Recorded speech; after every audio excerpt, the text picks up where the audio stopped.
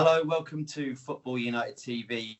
We're back again with special guest, Unofficial Pundit. How you doing, sir? You cool? Yeah, I'm good, mate. I'm good. Yourself? Yeah, not too bad, man. Well, with what's been happening in the week, all the fans giving a lot of stick to Ole Gunnar Solskjaer and that. Yeah, how do you think about that first off?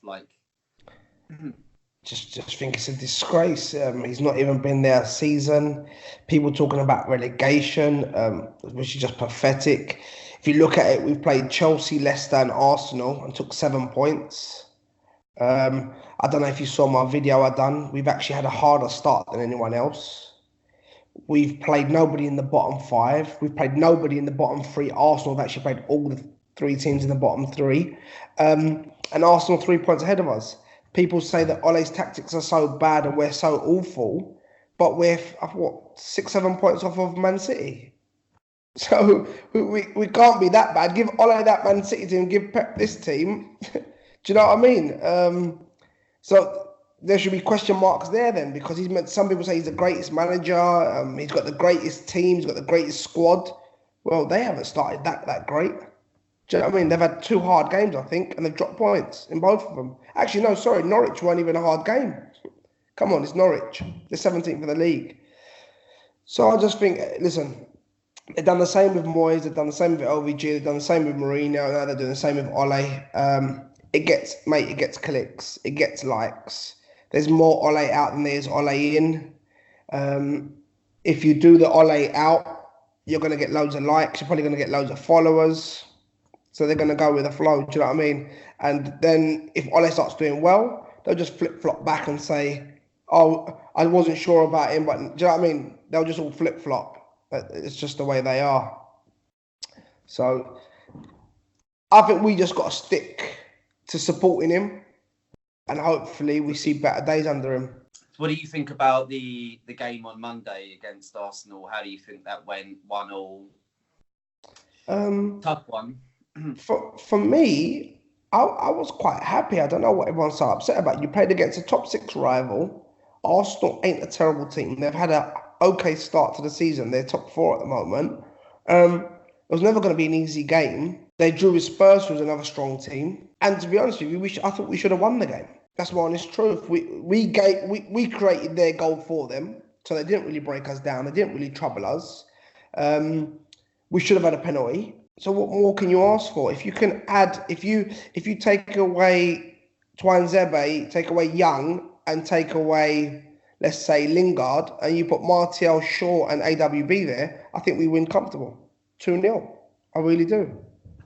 How do you feel about the whole point that Arsenal fans feel that they should have won it too? They felt like they were in the driving seat. Why? Arsenal fans are going to think that. Arsenal fans are like Spurs fans. They think they're better than what they are.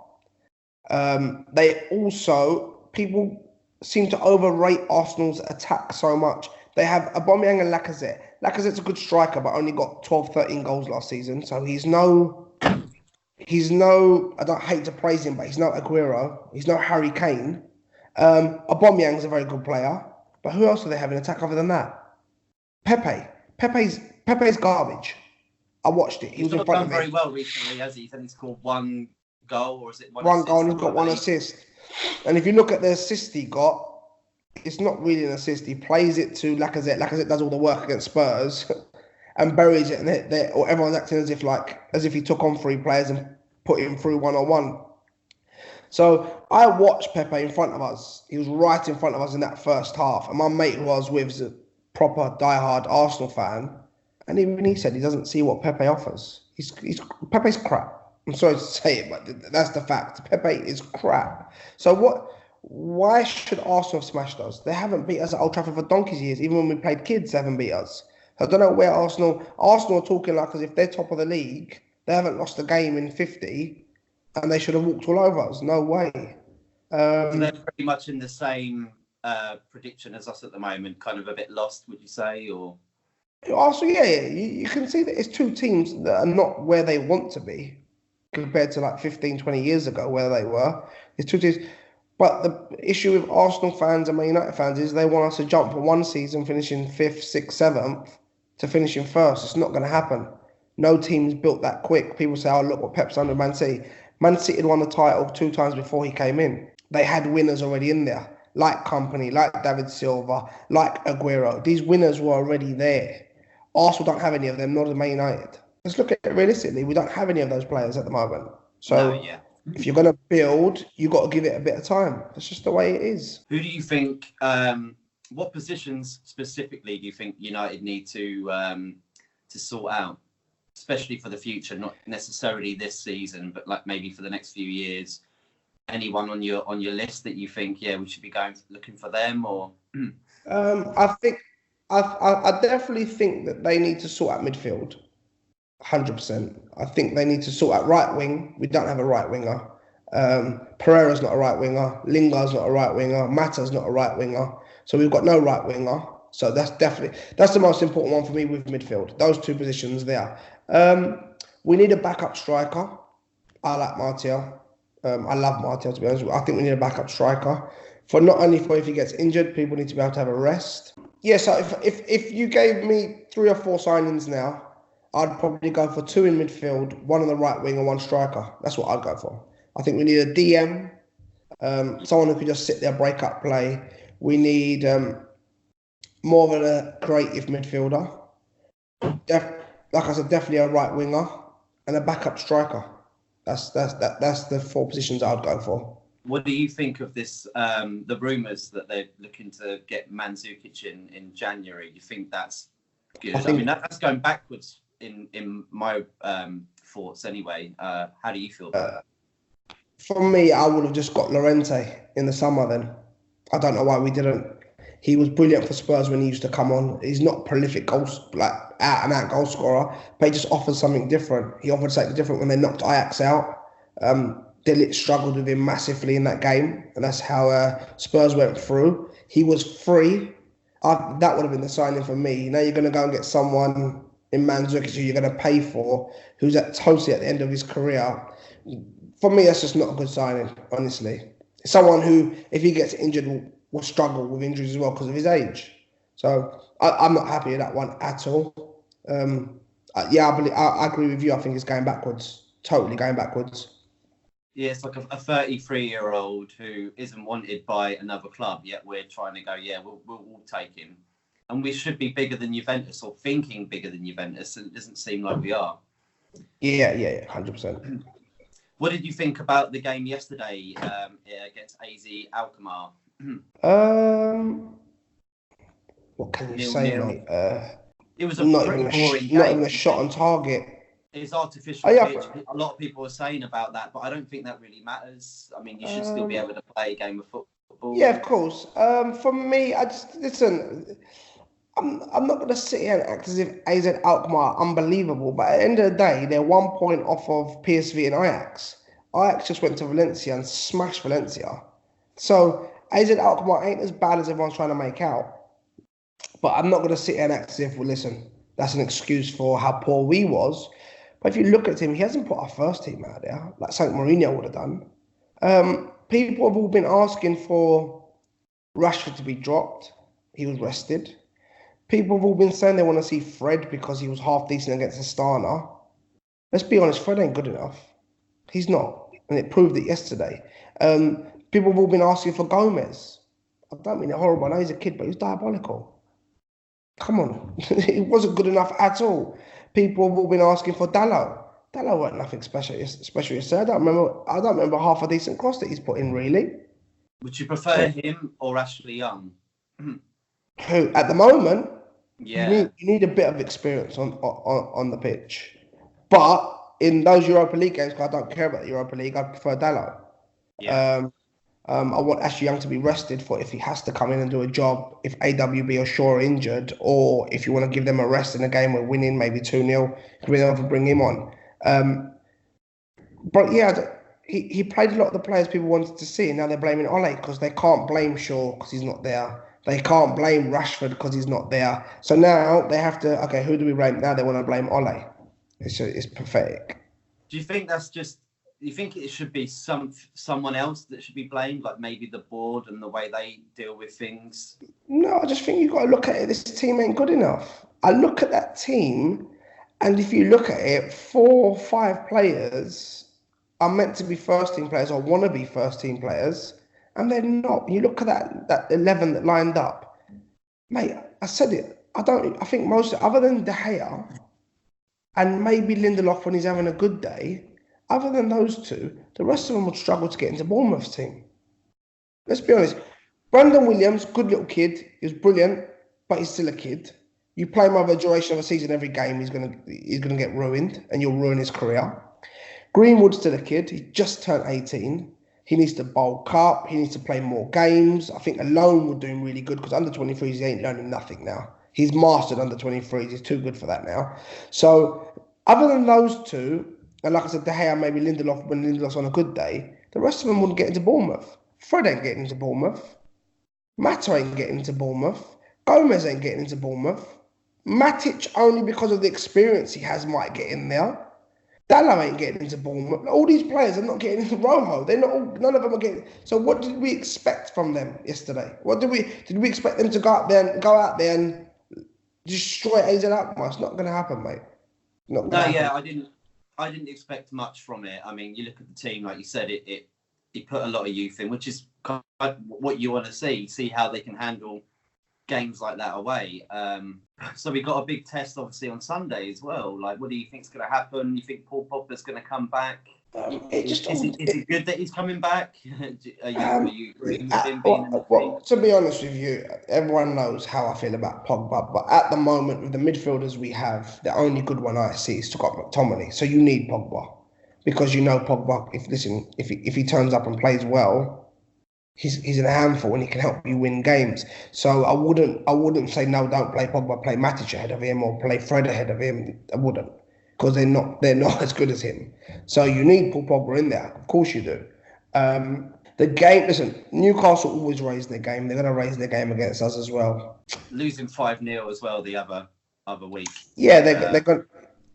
Yeah, against Leicester, they just lost 5-0. That was last weekend, weren't it? So they're always going to go out there and give their all. It just depends what players we have back. It really does. If you could tell me that everyone's going to be fit, Pogba's going to be playing, we're going to have both our fullbacks back, and Martel's going to be up front, I say we walk the game 3-0, 3-1. But without them, I don't know, honestly. Teams struggle to break us down, but we're struggling to break teams down at the moment because we're lacking that creativity and we're getting so many injuries. Because people talk about us like as if we're terrible, but we're not really letting in that many goals. Aubameyang had nothing against Man United, and he was last season's top goal scorer, or joint top goal scorer. He had nothing against Man United at all, other than that one chance where he's left totally unmarked. It's a mistake by us. Otherwise, I don't remember him troubling Maguire or Lindelof the whole game. Do you remember anything that he done where he troubled them? So that just shows you that we've improved our defence so much.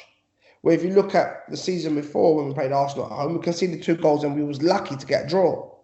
This season, we conceded 1 goal and really should have come away with the win. So there's an improvement. For all the little chances Chelsea had, we still conceded no goals and won 4-0. For what did Leicester really have against us? So it just shows you how much better our defence has got. Well, yeah. Like even yesterday, it was 0-0. Okay, like it could have been, we could have won, we could have at least scored a goal, but at least our defending is still tip-top. Much better. So it just shows you, they've done so much better on the defence. We're so much more solid in defence now. Even though we played a makeshift defence yesterday, they had a few shots, but I don't remember them really troubling us. It was quite a boring game, like you said. So that just shows how good our defence is. And Ole's already said that they've already sorted out the defence. Now he needs time to sort out that midfield and sort out the attack. And people make it sound like it's easy. It's not easy.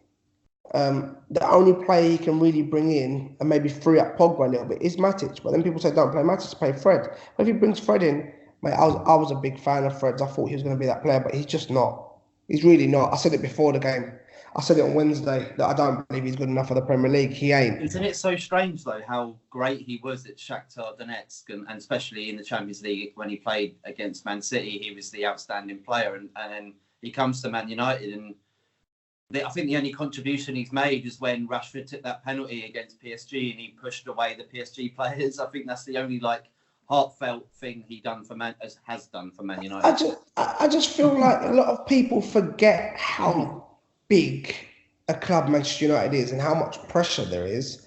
There was nowhere near the same pressure playing for Shakhtar Donetsk. And did we watch him every week? Anyone can have a good game or two. Do you know what I mean? Like, anyone can have a good game or two. You're gonna, if Shakhtar Donetsk are strong against Man City, you're gonna highlight a couple of players had a good game that day. Doesn't mean, did anyone watch him week in, week out? No. Was he outstanding? Probably not. There's loads of players. There's better players that have come to the Premier League and failed.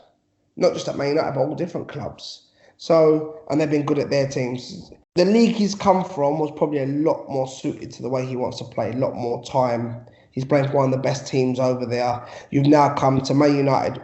They're in not the greatest of periods. And yeah, it's just, people really forget how hard the Premier League is. Pepe last season got 22 goals and 10 assists or something like that. You get flops all the time, like Falcao, one of the best strikers in the world. Everybody wanted him. We get him on loan, and same as Chelsea, flopped at Chelsea as well. And then he goes back to Monaco and does all right. So I think what you're saying is right. The leagues are different. If you've got more time on the ball, then you get more you get more chances, obviously, than you do in the Premier League because it's so tight, isn't it? It's like, do you remember Kiesman?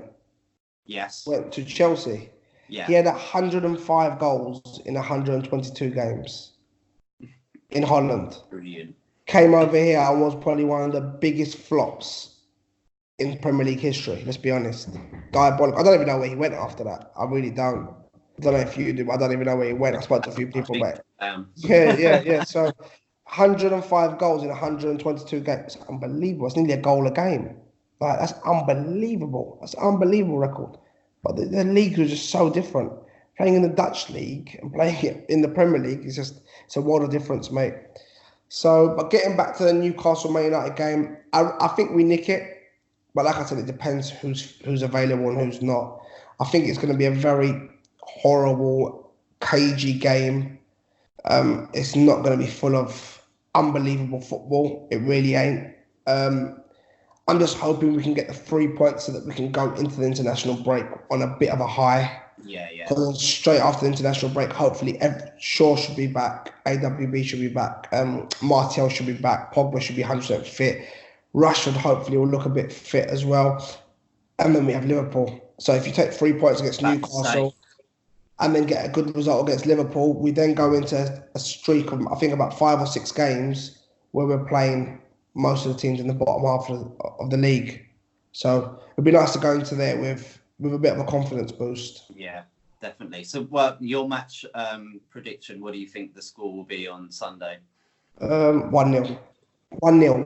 Oh, 1-0 to United, yeah? Yeah, 1-0 to United, I think. Yeah, cool. I think we'll just nick it. You think so? Yeah, I'm going to say I think maybe a 3-2 to United. I think it's going to be an open game. Like you say, I think it'll be a tight squeeze. Definitely with the way Newcastle played against us when they were 2-0 up at Old Trafford. Everybody thought we were going to just beat them and cruise through, and then they were 2-0 up, and it's like, what's going on? So I feel it's going to be one of them sort of games. Yeah, it's going to be very, very tight. Okay. Well, Unofficial Pundit, thank you very much for joining us. Please do shout out all your social media sites. Like everyone knows, on Twitter we're Unofficial Pund 1, and on YouTube, Facebook, and Instagram we are Unofficial Pundit. Brilliant, mate. Loving the content too. Please keep it up. And thank you very much, pal. Thanks, pal. Good speaking to you. Take care. You too, mate.